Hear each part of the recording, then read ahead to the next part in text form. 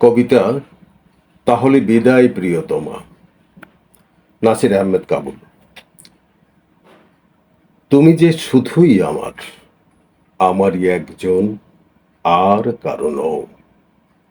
আমার সাথেই কথা বলবে তুমি, আমার সাথেই চলবে, আমার কষ্টে দুঃখে জ্বালা যন্ত্রণায় আমার সাথেই পড়বে। এই তো ছিল আমাদের অঙ্গীকার। আমরা তো এখনো সেই পুরনো পৃথিবীতেই বেঁচে আছি।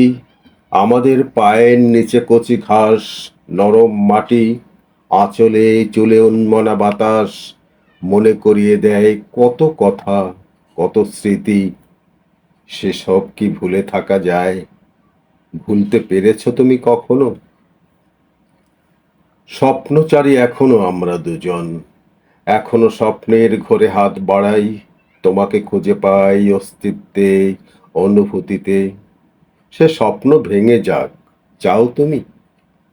ওই চোখ আমার, ওই কপালে প্রথম আমি পরিয়েছিলাম টিপ, কাজল লতায় এঁকেছিলাম স্বপ্ন, মেহেদি রং রঙিন দুই হাতে তোমার।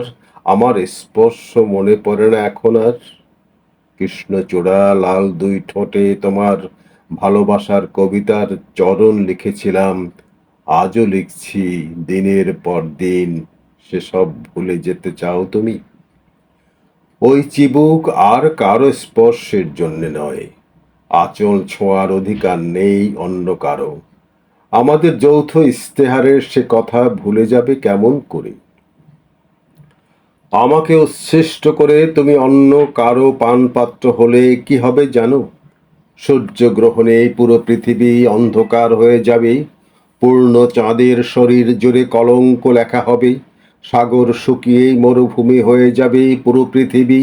লক্ষ লক্ষ প্রেমিক যুগল গলায় ফাঁস দিয়ে শুষ্ক শূন্য ডালে ঝুলে পড়বে, লাল কৃষ্ণচূড়া নীল হবে, একটি পদ্ম খুঁজে পাবে না কোনো সরোবরে তুমি।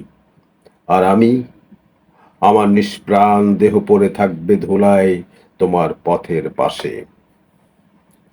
আমার প্রাণহীন দেহ মারিয়ে তুমি যদি যেতে পারো নতুন কোনো অভিসারে, আমার হাত ছেড়ে যদি অন্য কাউকে স্পর্শ করো কখনো, আমার থেকে চোখ ফিরিয়ে অন্য কারো চোখে তাকাও তুমি, তাহলে বিদায় প্রিয়তমা, বিদায় চিরতরে।